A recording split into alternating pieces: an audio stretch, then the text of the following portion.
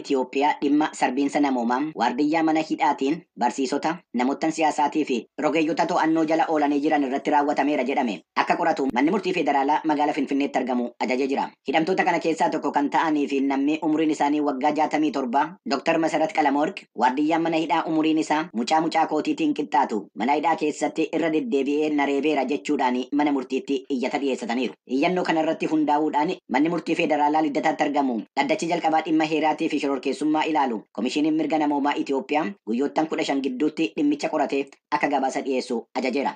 Gareen poolisii federaalaatii fi humni tikaa dhuma ji'a caamsaa keessa ibsa waloodhaan kennaniin namoottan hoggantoota mootummaa naannoo Amaaraa irratti haleellaa raawwachuudhaaf karoorfatan kanneen mootummaa naannichaatii fi mootummaa federaalaa humnaaf qabachuudhaaf shakkamaniiru jedhamanii to'annoo jala ooluu isaanii akka ibse gabaasni Kennedy Abaatee Finfinnee irraa ergee yaadachiiseera. Dhaabbata mootummoota gamtoomanitti jaarmayaan baqattootaa UNHCR hanqinni maallaqaa qarqaarsaa baqattoota Somaalee Itoophiyaa keessa jiran irratti dhiibbaa guddaa uumuu beeksiseera.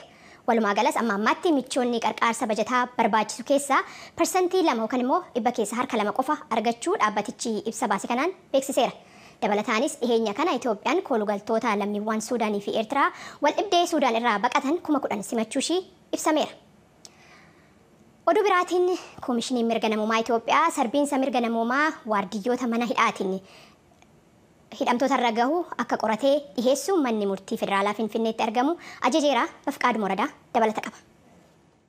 Dursanii kan Yukireeniin seenanii pirezidaantiin Afrikaa Kibbaa Siiriil Ramaphosa yommuu buufata baaburaa Nemishaayif jedhamuu fi magaala Kiyev keessatti argamu gahanii kan simannaa taasisaniif walakkeessa bahaatii fi Afrikaatti jiila addaa mootummaa Yukireen kan ta'anii Maaksiim Subhaakii fi Yukireenitti ambaasaaddara Afrikaa Kibbaa kan ta'an Andiree Giroo'ineewaaldi akka ta'an gabaasameera. Erga Keeviin gahanii booda bakka buuchaa jedhamee beekamuu fi bakka miseensonni waraana Raashaa dhumiinsa irratti raawwataniiru jedhame daawwachuun isaanii ibsameera.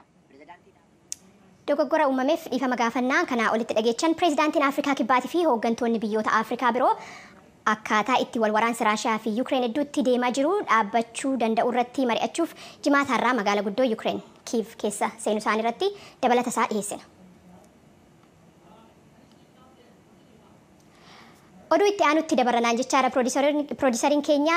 Oduun itti aanu dhaabbata mootummoota gamtoomanitti ambaasaaddariin fi bakka bu'aan dhaabbata Riippaabilikii Suudaan Al-Hariz Idris Al-Hariz Mohammed mootummaan biyyattii fonqolchuudhaaf yakki milishoonni biyyattiitti raawwachaa jiran jedhan akka xiyyeeffannoo mootummaa gamtoomanii argatu gaafataniiru. Wal waraansa Suudaan keessatiin ijoolleen miliyoonni tokko ol jireenya isaaniirraa buqqa'uu UNICEF beeksiseera. Bafqaaduun dabalata qaba.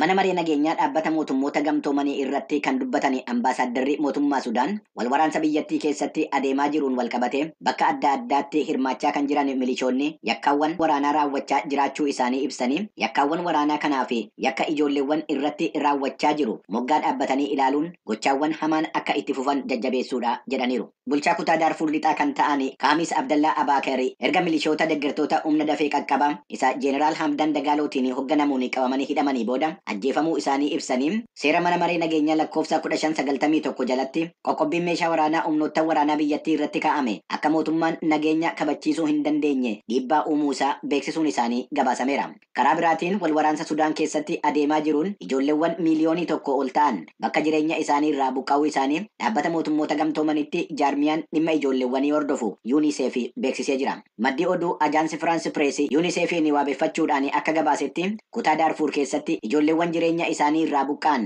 200,000 fi 70,000 dabalatee sababa wal waraansa kanaan ijoolleewwan Sudaan miliyoonii tokko ol yommuu buqqa'an yoo yarate ijoolleewwan 330 du'anii 1,000 fi 900 madaa'aniiru. Akka UNICEF dabalee jedhetti yeroo ammaa ijoolleewwan Sudaan miliyoonii 13 ta'an gargaarsa namoomaa barbaadu. Akka dhaabbanni dhimma godaantotaa hordofu ibsaa jirutti wal waraansa kanaan namoonni miliyoonii 2.2 jireenya isaanii irraa kan buqqa'an yommuu ta'u isaan keessaa namoonni 500,000 fi 28 gara biyyoottan ollaatti kan baqatanidha.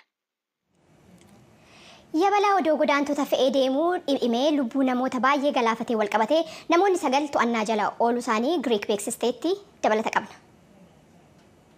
Namoonni kun kan qabamanii hidhamanii sababa namootan roobii dheengaddaa ittuu karaa galaanaa irraa gara Awurooppaatti godaanaa jiranu bidiruun isaan ittiin adeemaa turan daangaa kibba Giriik irratti dhidhimee lubbuun isaanii darbe 78 ta'anuun wal qabatee akka ta'e gabaasameera. Akka gabaasaaleen ibsanitti namootan hidhaman kun lammiilee Masiriin yommuu ta'anu bidiruu godaantota fe'ee imalaa ture wajjiniin warreen hidhata qabanudha jedhameera. Dhaabbata mootummoota gamtoomaniitti jaarmiyaan dhimma godaantotaa hordofu IOM akka ibsetti bidiruu kanarra namootan turan keessaa 104 baraaruun danda'ameera. Bidiruu kanarra namootan turan ijoolleewwan 100 dabalatee 750 akka ta'an waan tilmaamamaa jiruu fi lubbuun namootan balaa kanaan dhumanii akka dabaluu danda'u IOM ibseera.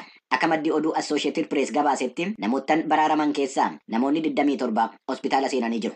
Hordoftoota keenya oduuwwan galgala kanaaf qabnu kanuma qophiilee keenya. Biyya isaanirraa gadhiisanii godaanan hedduudha.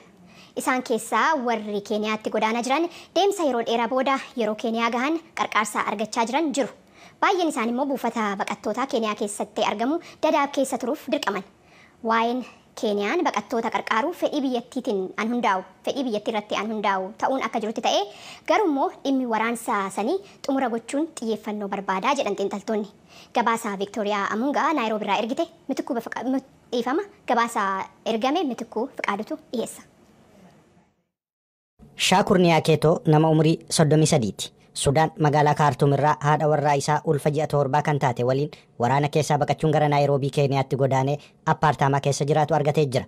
Niyaaketoon Sudaan Kaartuumitti barsiisaa fi gaazexeessaadha. Yeroo wal waraansichi jalqabu manni isaan keessa jiraatan humna waraanaa warra humna addaa jedhamaniin haleelamuun akka gubate hima. Actually, it makes me feel very hopeless.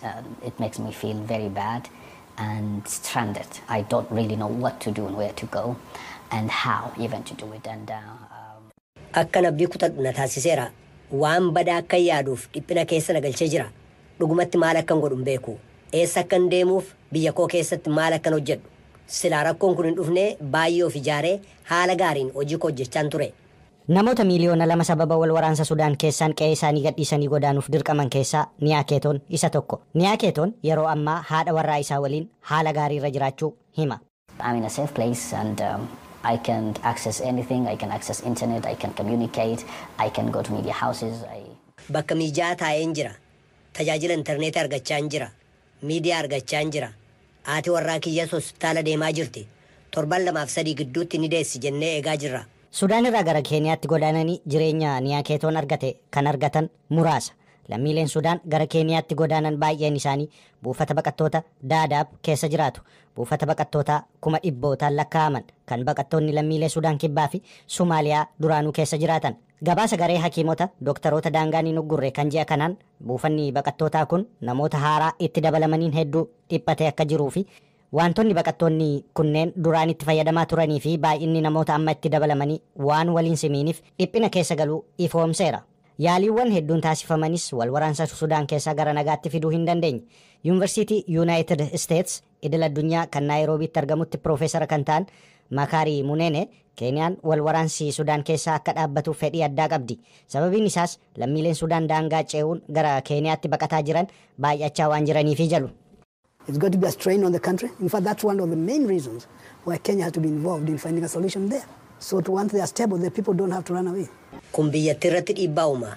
Kanaafidha akka Keeniyaan keessatti hirmaattee furmaata fiduu barbaadduuf osoo furmaan argame sila biyya isaanii dhiisanii baqatan. Lammiileen Sudaan Keeniyaattis ta'e biyyoota birootti baqatanii seenan gargaarsa tokkollee osoo hin qabaatin akkasumaan dhiisamuu jala gareen hakiimota dooktarootaa daangaan hin uggurre. Abdisalaam Adan Mohammed Naayiroobii keessatti baqattoonni afaan naannoo akka beekaniif leenjii kennaaf sagalee Ameerikaatti akka himetti biyyoonni lammiilee Sudaaniif eegumsa gochuun murteessaadha jedha. To make sure that people can pass peacefully and then they create a safe houses for them in the border. Uummanni waraana baqataa jiru karaa nagaadhaan akka dabruuf haala mijeessuufii fi naannoo daangaa irratti mana ijaaruufii barbaachisa. Yoo akkas ta'e hin dhiphatan jechuudha. Gorsas kennuufii barbaachisa. Keeniyaan yeroo ammaa baqattoota 500,000 keessummeessaa jirti.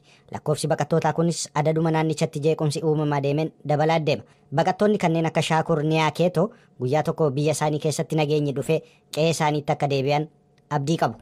CNN kennu CNN Heroes jedhamu argachuu isheeti. Gaafin dura qophii har'aati irratti Maymuunaadhaaf dhiheesse hojii tola ooltummaatiif qarqaarsa kanaaf maal akka ishee kakaase. What do you remember from your experience? Yeah, I'm really passionate about the work that we do because I remember growing up how independent my parents hojiin had itti to jiru be. faarumaan garumarraa hin jaalladha maaliif yoo jette erga gara yuunaayitid isteetsi dhufne maatiin kiyya jireenya asitti itti baruuf hammam akka rakkatan argaan guddadhe kophummaatutti dhagahama ture yeroo akkaataan jiruuf jireenya biyya kanaa bitaatti galu gaaf tokko yeroo Itoophiyaatti nagaan bu'e biyyatti deebina abdii jedhuun jireenya dhiibaa jiruun baqattummaa kun yeroo fi jedhanii yaadu ture. Peaceful in Ethiopia, we were just going to go back home. Haatii fi abbaan Maymunaa odoo isheen hin dhalatin sababa rakkoo siyaasatiin Itoophiyaarraa gara Somaaliyaa godaanan. Achumatti wal baranii bultiis achumatti dhaabbatan. Maymunaan mooraa baqattootaa Somaaliyaa keessatti argamutti dhalatte. Daa'ima waggaa 3 fi walakkaa taates carraa gara Yuunaayitid Isteetsi baqattummaadhaan dhufuu argatanii maatii wajjin as godaanan. Warri ishii jireenya Ameerikaatti baruuf tattaaffii godhan rakkina isaan keessa darban argaan guddadhee anjettu Maymunaan baqattoota kaaniif karaa san salphisuuf jecha bara 2010 haadha ishii wajjin ta'uudhaan Tiyyaa Faawundeeshin hundeessan. Karaa dhaabbata isaanii kanas daa'immanii fi dargaggoota ijoollee baqattootaa jechuudha. Kanaaf meeshaa taphaa, kitaabotaa fi waan adda addaa dhiyeessuudhaan akka biyya baran qarqaaran. Waggoota muraasa boodas jetti Maymunaan maatiin ijoollee kanaa baqattoonni haaran waan isaan barbaachisu caalan akka jiru nutti mul'ate. Hojii keenyas gara san jijjiirree jetti. And there came a point when I took over as the executive director of haadha tiyyaa wajjin erga hundeessine yeroo murtaa'e booda an dhaabbaticha hoogganuu jalqabe kaayyoo qarqaarsa itti fufiinsa qabu gumaachuu ture xiyyeeffannaan kiyya waggootaaf tajaajila kennuu booda waan naa gale maatileen kun waan lama barbaadan hojiif bakka jireenyaa nuyis erga xiyyeeffannaa keenya gara kanatti deebisne sanirratti hojjechaa jirra hojii barbaannaaf mana jireenyaa galii isaaniitiin wal madaalu hawaasa keessa deemnee barbaanne wabii taanee fi akka bakka jireenyaa argatan we're goona. the agency that comes in and provides that promise, that guarantee. Please join me in honoring CNN hero Maimouna Hussein Katan. Gara hojii ishii goota CNN hiroo ta'uu dabalatee beekamtiilee adda addaa ittiin argattee hoo deebine mana nyaataa Flavors from Affaar jedhamu magaalaa Los Angeles keessatti bante keessatti Maymunaan namoota biyyoota adda addaarraa dhufan nyaata aadaa isaanii bilcheessuu jaalatanii fi saniif fedhii qaban leenjii gara ogummaa sheefii ta'uu akkasumas akkaataa as United States keessatti saniin hojii uumuu itti danda'anii kennitiif. At Flavors from Afar, we partner with former refugees and asylum seekers and we curate their menus together. Flavors from Affaar keessatti baqattoota duraaniif koolugaltoota wajjin taaneetu meenuu yookaan baafata bifa nyaataa dhiyeessanii tolchinee qindeessinee maxxansinaaf suraa uffata ogummaa kasheefii uffatanii ka'an sadarkaa isaa eege kaasnee qopheessinaaf haala kanaan ji'a ji'aan nyaata biyya yookaan aadaa tokko dhiyeessina kanaaf ji'umaanuu mana nyaataa keenya keessatti biyya haaraa tokko calaqqisnaa jechuudha akkasitti jiraattonni Los Angeles keessaa aartii nyaata biyyoota addunyaa asuma ta'anii akka carraa arguu qabaatan uumna. Also work on their professional bio. Sammalees dhaabbanni Maymunaa akkaataa biizinasii mana nyaataa akkamitti eeyyama daldalaa akka baafatan dabalatee baqattoonni duraanii kun mana nyaataa ofii banuuf waan beekuu qaban hunda barsiisee ji'a tokkoof bakka isaan itti shaakalan ta'uufidhaan gahumsa isaanii cimsaaf. Hojii kanaan bara darbee Maymunaan beekamtii dhaabbanni odeeffannoo Ameerikaa beekamaan CNN jedhamu waggaa waggaadhaan namoota addunyaa guuturraa dorgomsiisee kennu CNN Heroes jedhamu argatte. They selected 10 individuals and I was one of the 10. I was able to go out to New York and meet my peers and meet Anderson Cooper and it was wonderful. Amma haadha ijoollee lamaan taate Maymunaadhaaf nyaanni hiika addaa qaba. Food is a beautiful avenue just like music. To have dialogue and Anaaf conversation nyaanni like akkuma bread, muuziqaa with different karaa types of itti waa people. baay'ee ibsinu jedheen yaada. Also a sense of Taphachuuf, belonging, mari'achuuf, because namoota gosa adda addaa wajjin maaddii wajjin cabsachuun waan gaariidha. Immoo biyya kee irraa fagaattee jiraattus nyaata aadaa keetti obsita. Aadaan kee akka itti fufu goota. Kunuunsa aadaati jechuun danda'ama. An mataan koo fakkeenyaaf afaan Oromoon dubbadhu garuu karaa nyaata warri kiyyaa na nyaachisee na guddiseen eenyummaa kiyya beekaa hidhatan qabaadha. Hambaa koo akkan beekutti natti dhagahama. It's wonderful. I think it's a sign of resilience and cultural preservation. Karaa biraatiin guyyaa baqattoota addunyaa bara 2023 waxabajjii 20 dhufu yaadatamee oolu laalchisee mootummoota gamtoomanitti jaarmayaan dhimma baqattootaa UNHCR dameen United States guyyaa kana baqattoota dargaggoota ta'an akkasumas warra baqattoota deeggaran irratti xiyyeeffatee akka yaadatee oolu beeksise. Based on this theme from UNHCR, Maymunaadhaan kanaan wal qabsiistee baqattoota reefu hiree isaanii addaan baasaniin beekne haaraa ta'aniif ergaan qabdu maaliin jedheen. It's very politicized and a lot of times we are afraid and uncomfortable to talk about our stories of Dhimmi displacement. baqattootaa kun dhimma siyaasaa yeroo ta'u argita. Kanaafis baqattoonni duraanis ta'e ka'amma baay'ee dubbachuurraa of qusatan. Ergaan kiyya waa'ee keenya nu caalaa namni beeku hin jiru. Kanaafuu gadi baanee sagalee keenya dhageessisachuu qabna. Hawaasa qe'eerraa buqqa'eef sagalee ta'uu, gorsa walii kennuuf, buqqa'insa nurra ga'eerraa hafnee jabaannee jiraachuu keenya jajuu qabna. Hammeenya baay'ee keessa dabarra. Waraana dabalate. Kanaaf seenaa keenya karaarra dabarre dhoksuu odoo hin ta'in gadi baanee himuu qabna. Sun warra kaaniif jabina ta'a. Manni nyaataa Flavors from Affaar magaalaa Los Angeles keessatti baay'ee jaalatamaa dhufuurraa amma gara bakka guddaa fi bal'aa hojiiwwan dabalataan akka muuziqaalee biyyoota adda addaa itti dabaluudhaan tajaajila caalaa kennuuf akka haaratti banamuuf qophiitti akka jiru Maymunaan annatti himte. Maymunaa galateeffadheen qophii labataa kanumaan xumura.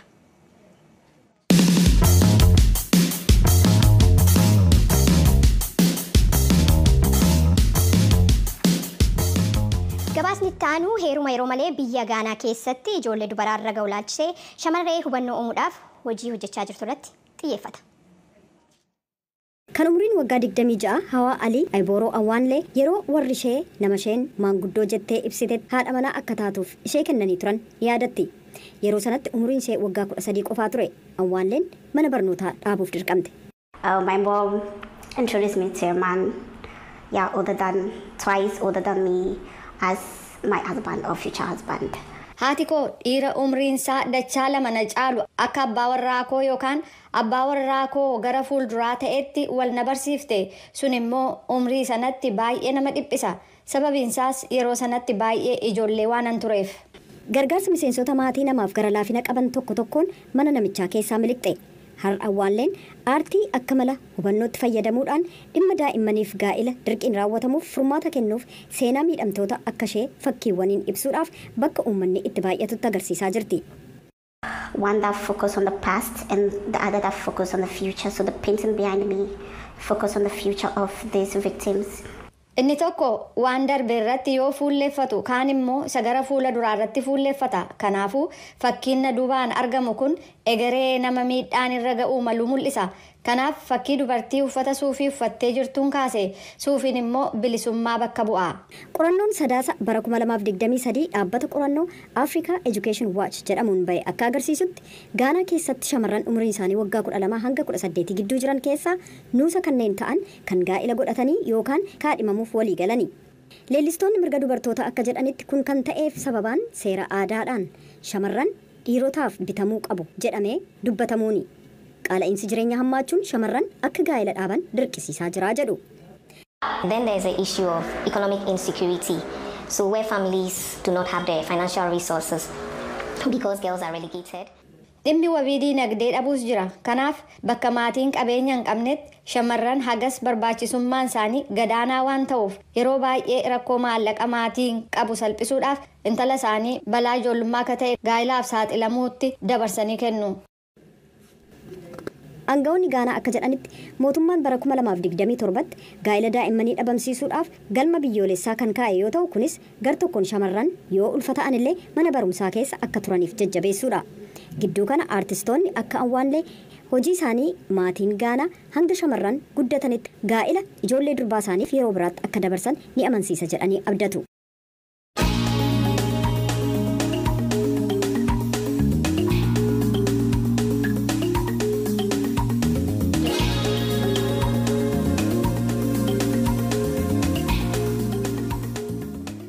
Sagalee Ameerikaa sagantaa afaan Oromooti.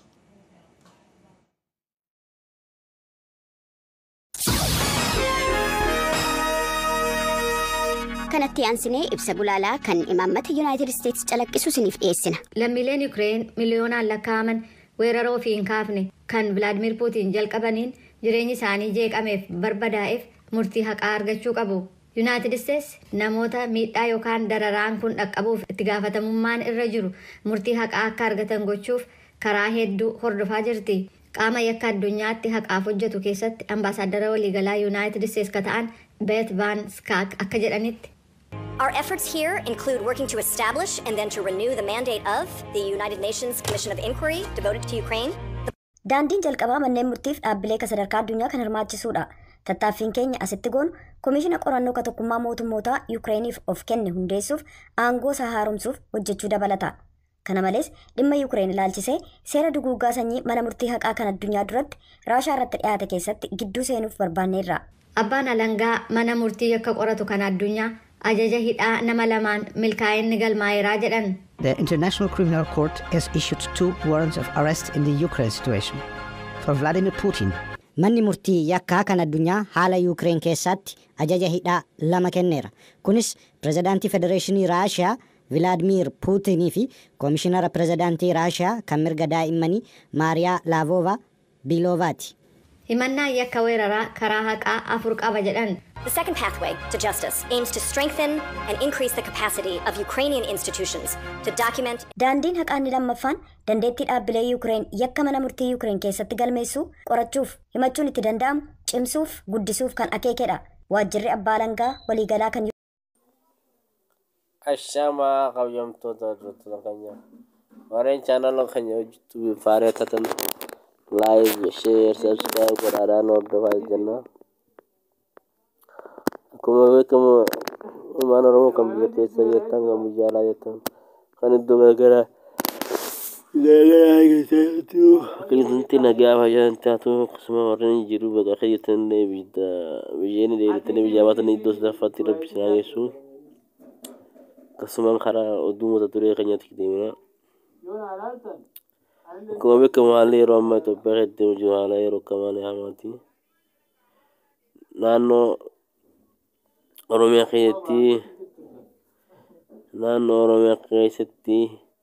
fi naannoo Amaaraatti walitti bu'iinsi daangaa karaa Wallaggaatti uumamee jiruun lubbuun namaaf sa'a akka malee dhumataa waan jiruuf mootummaan Shimallis Abdiidhaa Oromiyaa bulchaa jiru fakkaatu. Kanaaf ilmaan Oromoo kan biyya jirtan kan biyya alaa jirtan hundinuu Obbo Deeggaraa jabeessaa banaa irratti banaa jabaattu jechuudha wannaa. Akkasii galatooma dhaggeeffatteef dhaggeeffachuun dhiisna.